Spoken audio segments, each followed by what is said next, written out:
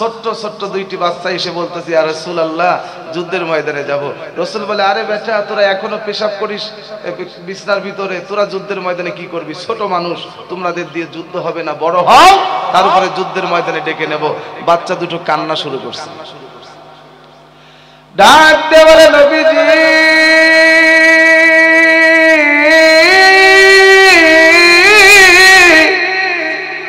না না না, আমরা শূন্য হাতে ফিরে যাব না। মায়ের হাতে বায়াত নিয়েছি, বায়াত। মা আমাদেরকে গল্প শোনায় মক্কাতে আবু জেহেল আপনাকে অনেক কষ্ট দেয়, আপনি নামাজ শুরু করলে আপনার ঘাড়ের উপরে উটের পচা নারী বুড়ি চাপায়া দেয়, আপনাকে পাথর মেরে কপাল ফাটায়া দেয়।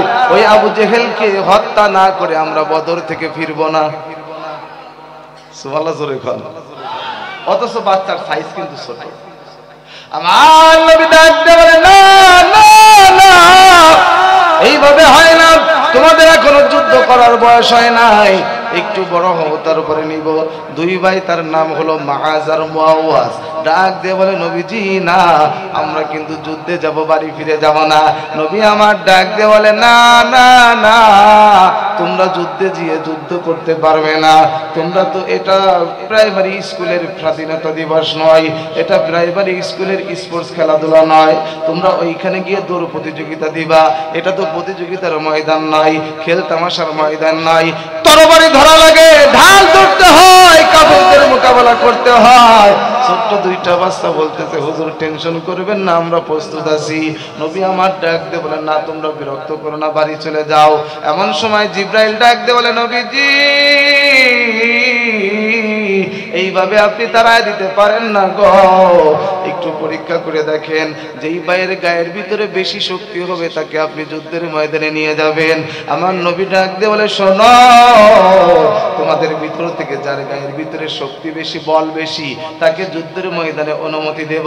এই বড় ছেলেটা শোনো, তুমি দেখতে একটু বড়, তোমার গায়ের শক্তি বেশি, তোমাকে যুদ্ধের ময়দানে নিয়ে যাব, কিন্তু ছোট ভাই তোমাকে ক্যান্সেল করে দিলাম।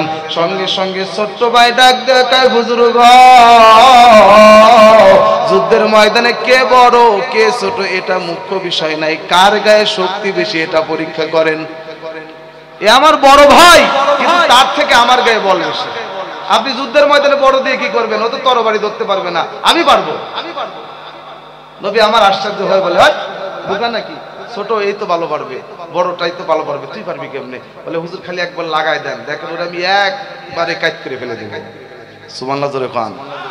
আমার নবী ডাক দিয়ে কয় বুঝে দেখো, তুমি যদি পরাজিত হও তাহলে কিন্তু তোমাকে আর যুদ্ধে নেওয়ার চান্স নাই, মনে দুঃখ করতে পারবে না, বাড়ি চলে যাবে।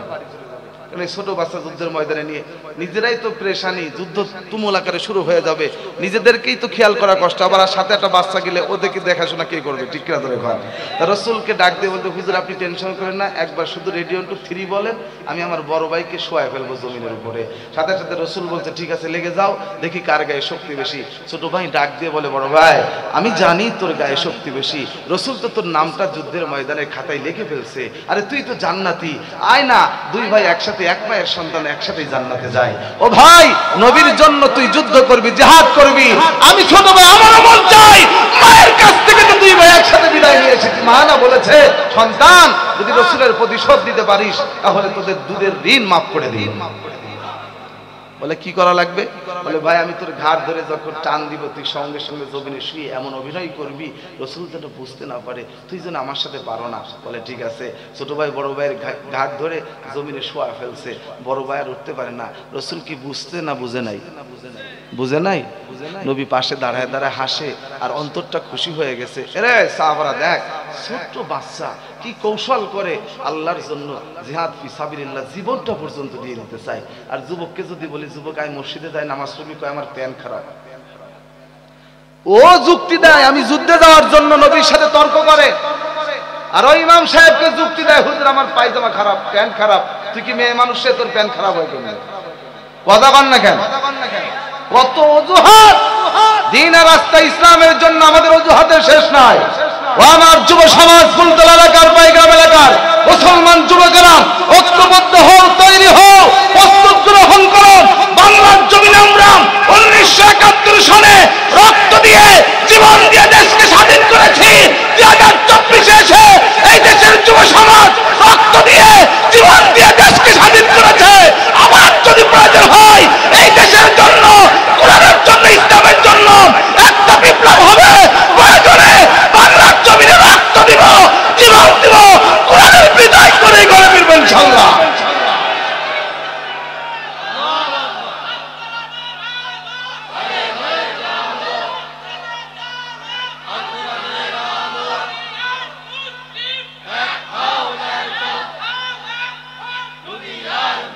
ভাইরা আমার, আমাদের স্পষ্ট কথা, আমরা স্বাধীনতার এই 52-53 বছর হয়ে গেল, ঘরে ঘরে শান্তি খুঁজে পাই নাই।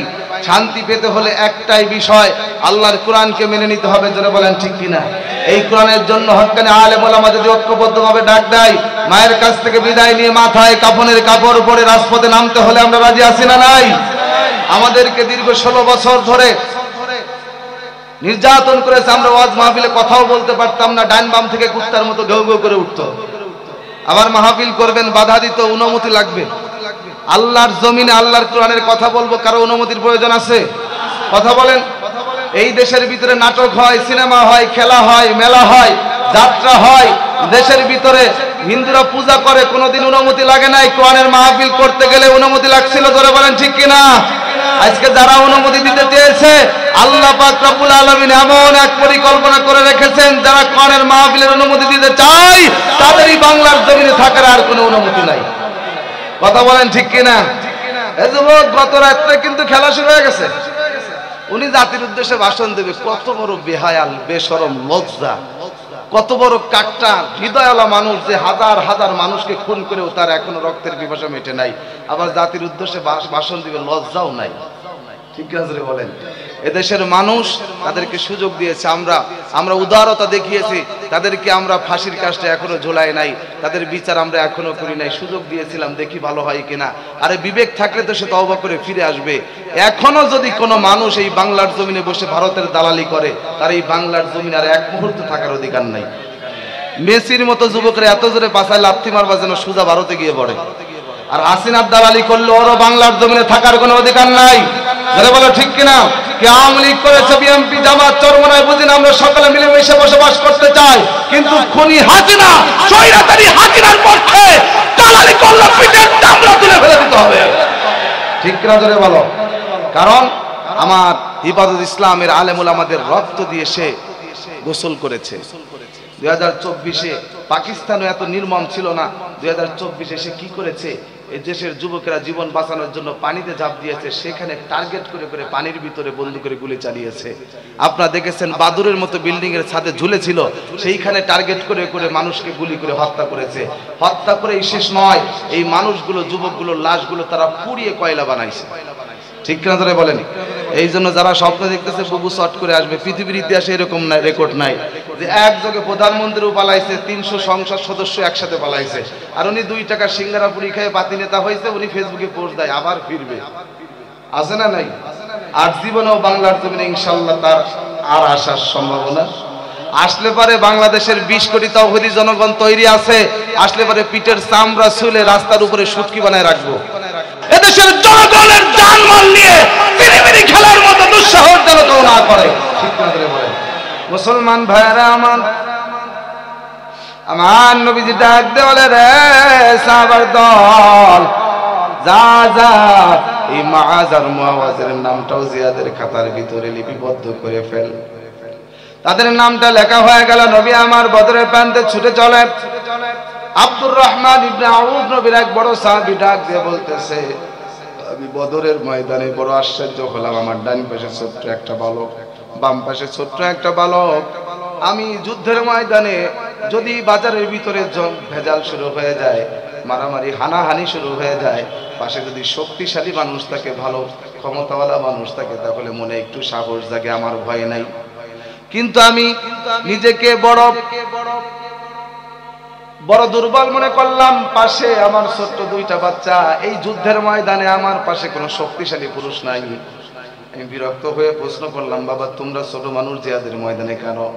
ডান পাশ থেকে ছোট্ট বাচ্চাটা ডেকে বলে, চাচা জিহাদের ময়দানে এসেছি, আমার মা বলেছে রাসূলের দুশমন আবু জেহেল, এই আবু জেহেলকে মায়ের কাছে ওয়াদা করে এসেছি, বায়াত নিয়ে এসেছি, আবু জেহেলকে এই বদরের প্রান্তে আমরা জাহান্নামে পাঠায় দেব। মাকে বলেছি, মা হয়তো আমরা জমিনে থাকবো না, হয় আবু জেহেল থাকবে, আবু জেহেলকে শেষ না করে আমরা ঘরে ফিরবো। এই কথা যখন বলেছে, আব্দুর রহমান ইবনে আউফ ডাক দিয়ে বলে, হায় হায়, সঙ্গে সঙ্গে আমি মনে করেছিলাম ছোট্ট মানুষ, দুর্বল মানুষ, কিন্তু এখন তো দেখতেছি ডান পাশেরটা বাঘ আর বাম পাশেরটা হলো সিংহ। আমি শুধু ইশারা করে বললাম, ভাতিজা তোমরা কি আবু জেহেলকে চিনো? বলে না। চাচা আপনি একটু দেখায় দেন, চিনায় দেন। ও ইয়া আম্মি আওরানি আবু জাহেল, ও চাচা আপনি কি আবু জেহেলকে চিনেন? আমি যখন ইশারা করে বললাম ভাতিজা ওই যে আবু জেহেলকে দেখা যায় মাথা উঁচু করে যুদ্ধের ময়দানে সেনাপতির দায়িত্ব পালন করে, লিডারশিপের দায়িত্ব পালন করে, ওই লোকটার নাম হলো আবু জেহেল। সঙ্গে সঙ্গে দুইটা ছোট্ট ছোট্ট বাচ্চা বাস পাখির মতো উড়াল দিয়ে আবু জেহেলের কাছে গিয়ে আঘাতের পর আঘাত করে দুনিয়া থেকে বিদায় করে দিল। 20 বছর পর্যন্ত আফগানের তালেবানরা মার খাইলো। হঠাৎ করে তাদের ভিতরে ইমানি চেতনা এমন ভাবে জাগ্রত হলো, তারা তখন অঙ্গীকার করলো বাঁচলে হব গাজী, মরলে হব শহীদ, ভয় কিসের? শোনো মুসলমান, আমরা সকলে ঐক্যবদ্ধ হয়ে যাই, বাঁচলে একসাথে বাঁচবো, মরলে একসাথে মরবো। আমেরিকার লাল চামড়ার কুত্তাদেরকে আর ছাড় হবে না। যদি আমার এক মুসলমান হত্যা করে, তারা শহীদ করে, বিনিময়ে আমরা 10 জনের লাশ ফেলা দেব। হিম্মত করে যখন আগায় গেল, তাতানাজ্জালু আলাইহিমুল মালাইকা, আসমান থেকে সরাসরি সাহায্য পাঠিয়ে দিয়েছেন কে? ভাইরা আমার, আফগানের তালেবানরা সকলে ঐক্যবদ্ধ হয়ে গেল। যখন আমেরিকার সৈন্যরা মারতে আসে, তখন তারা আল্লাহর সাহায্য কামনা করে জিহাদের ময়দানে আগায় যায়।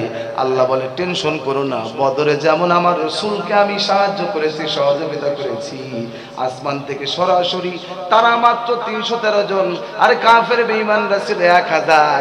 এই মুসলমানের হাতে কোনো অস্ত্র ছিল না, ভালো খাওয়ান ছিল না, পোশাক ভালো যুদ্ধের পোশাক ছিল না, আর কাফের বেঈমানদের অস্ত্রের অভাব ছিল না, টাকা পয়সার অভাব ছিল না, যুদ্ধের পোশাকের অভাব ছিল না। সব থাকার পরেও 1313 জনের সাথে পারে নাই, কারণ আমার রাসূল সেজদা দিয়ে কান্দে আর ডাক দিয়ে বলে মালিক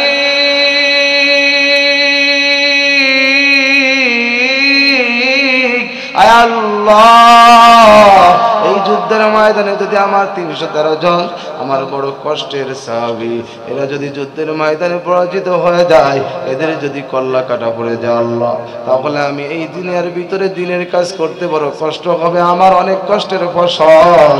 আল্লাহ তুমি যদি দয়া না করো, সাহায্য না করো, আমার বাঁচার উপায় নাই।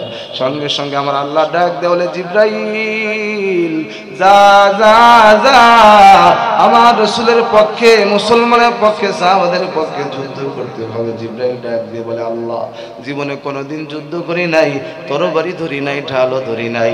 আল্লাহ ডাক দিয়ে বলে জিবরাইল আমি আল্লাহ পাক রব্বুল আলামিন তোমাকে যুদ্ধের প্রশিক্ষণ দিয়ে দিব। জিবরাইল চলে আসছে, হুজুর আপনি মাথা উঠেন। এ জিবরাইল ভাই বলো কোনো সুসংবাদ আসেনি? বলে হ্যাঁ অবশ্যই সুসংবাদ। ও নবী আজকে আপনার 313 জন সাথী একা নয়, আপনার এই মুসলমান বাহিনীর সঙ্গে কে আছেন? ওয়াল্লাহু আ'লামু বিআদাইকুম ওয়া কাফা বিল্লাহি ওয়ালিয়া ওয়া কাফা বিল্লাহি নাসীরা।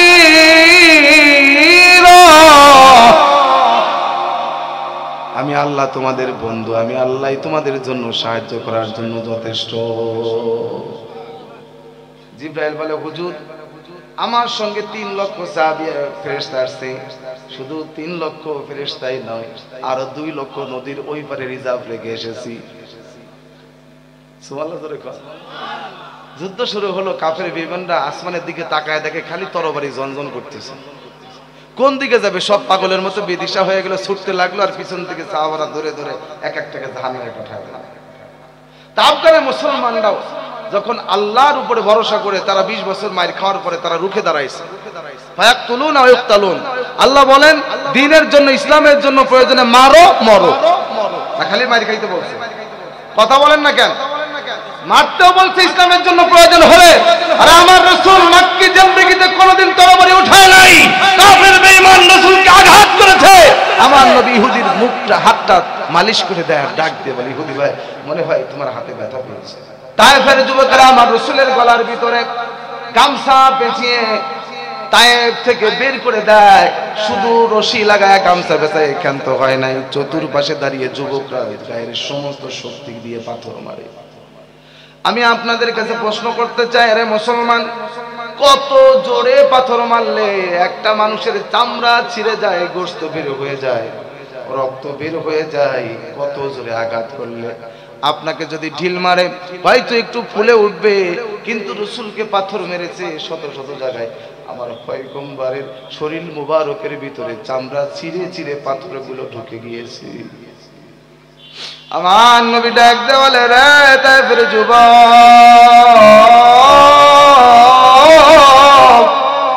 আমাকে কেন পাথর মারো? ডাক দিয়ে বলে, মুহাম্মদ, আমাদের মুরব্বীরা বলেছে তুমি নাকি পাগল, এই জন্য তোমাকে পাথর মারি।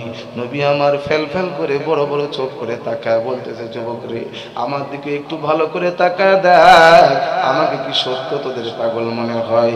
ডাক দিয়ে বলে, ও মুহাম্মদ, লাত মানাতের কসম করে বলি, তোমার মতো এত সুন্দর মানুষ কোনোদিন পাগল হতে পারে না। সুবহানাল্লাহ বলবেন না? তারপরেও কেন পাথর মারো? বলে, তুমি কেন আমাদের মূর্তির বিরুদ্ধে কথা বলো? মামুনুল হক কেন তার বাবার মূর্তির বিরুদ্ধে কথা বললো? এই জন্য মামুনুল হক জঙ্গি। হুজুররা মূর্তির বিরুদ্ধে কথা বলেছিল, তোমার আব্বার রাস্তার মোড়ে মোড়ে এত মূর্তি লাগবে কেন? বলে, আমার আব্বা হলো জাতির পিতা। আবার আরেকজন বলবে আমি হলো জাতির চাচা, আরেকজন বলবে আমি জাতির খালু। এই চাচা খালু বাবা কিছুই আমাদের লাগবে না। কথা বলেন না কেন? আরে বাংলাদেশের রাষ্ট্রের এই প্রত্যেকটা নাগরিক সমান অধিকার। কাউকে আমরা বাবাও বানাইতে চাই না, খালুও বানাইতে চাই না। আমরা বাঙালি সকলেই ভাই ভাই, সবার সমান অধিকার। জোর করে আব্বা বানাবার চাইছে, ঠিক কিনা? এখন তোর আব্বার ফয়তা খা। অনেক বুঝানো হলো তাদেরকে, যে মূর্তি মুসলমান সমর্থন করতে পারে না, তোর বাবার কবরে তো আযাব হবে। আর মোটা করে আলেমদেরকে জঙ্গি বানায় নাটক করে করে একের পর এক জেলখানায় বললো। কই, আলেমরা তো তোমার বাবার মূর্তি ভাঙতে যায় নাই, সাধারণ পাবলিক গলায় রশি লাগায় ধরো রশি মারো টান, মুজিক ভেঙ্গে খান খান। কথা বলেন না কেন? এই জন্য বেশি বাড়লে তাদের পরিণাম এরকমই হয়। কথা বলেন ঠিক কিনা? এই জন্য আমাদের স্পষ্ট কথা, ইসলাম ছাড়া কোনো কিছুই আমরা মানতে চাই না। রাজি আছেন সকলে একযোগে আল্লাহু আকবার? ভাইরা আমার, যুবকেরা বলে, ও মুহাম্মদ, তুমি কেন মূর্তির বিরুদ্ধে কথা বলো? এক আল্লাহর কথা বলো, এই জন্য তোমাকে আমরা পাথর মারি। আমার নবী পাথরের আঘাতে আঘাতে বেহুশ হয়ে জমিনের উপরে পড়ে গেল। একবার না, দুইবার না, তিনবার আমার পয়গম্বর জমিনের উপরে বেহুশ হয়ে পড়ে যায়। যুবকেরা আবার গলার ভিতরে রশি লাগায় আমার নবীকে টানতে থাকে। আমার নবী পথ চলতে পারে না। এমন সময় দুষ্ট যুবকের দল যখন পাথর মারে, হযরত যায়েদ রাদিয়াল্লাহু আনহু আমার পয়গম্বরের সফর সাথী ছিল। আমার নবীজিকে ডাক দিয়ে বলে, নবীজি, আপনার শরীরের ভিতরে তো অনেকগুলো পাথর ঢুকে গিয়েছে। আমার নবী টান দিয়ে যখন পাথরগুলো বের করে, সঙ্গে সঙ্গে শরীর মুবারকের ভিতর দিয়ে ফিনিক দিয়ে রক্ত বের হয়। নবী আমার ডাক দিয়ে বলে, যুবক রে, আরে বাবা যায়েদ, আমার শরীরের ভিতর থেকে যত রক্ত ঝরে, এই রক্তগুলো তোর মাথার পাগড়ি খুলে ফেল, তোর গায়ের জুব্বা খুলে ফেল, আমার গায়ের রক্তগুলো মুছে মুছে দে। যদি এক ফোঁটা জমিনের উপরে রক্ত পড়ে রে, এই তায়েফের যুবকেরা আমাকে চিনে নাই, তায়েফের যুবক কেন কাফের বেঈমান আমাকে চিনে নাই, কিন্তু তায়েফের মাটি আমাকে চিনে। এই মাটির উপরে আমার দেহের এক ফোঁটা রক্ত যদি পড়ে রে, এই জমিন স্থির থাকতে পারবে না, হালাক হয়ে যাবে। জিবরাইল ডাক দিয়ে বলে, নবীজি, আপনার জন্য এই তায়েফের দুই পাশে দুই কিনারে বড় বড় দুইটা পাহাড় আছে। এই পাহাড়ের দায়িত্ব নিয়েছেন যেই ফেরেশতা, সেই ফেরেশতা নিয়ে হাজির হয়ে গেছি। আপনি শুধু একবার যদি ইশারা করেন গো, সঙ্গে সঙ্গে এই দুই পাশে মধ্যখানের যত কাফের বেঈমান আছে, একটা বেঈমানের বাচ্চাও জীবিত থাকবে না। পাহাড় চাপা দিয়ে সবগুলো পিপটার উপরে পাড়া দিয়ে ডলা দিলে যেমন মাটির সাথে মিশে যায়, এই রকম ভাবে মিশে যাবে। আমার নবী ডাক দিয়ে বলে, না না না, হয়তোবা পরবর্তীতে কোনো তাদের উত্তর সরে আসবে, আমাকে চিনবে, হয়তোবা তারা কালেমা পড়বে, তাদেরকে তোমরা ধ্বংস করে দিও না। জোরে বলেন মারহাবা। ওয়া ইন্নাকা লাআলা খুলুকিন আযীম।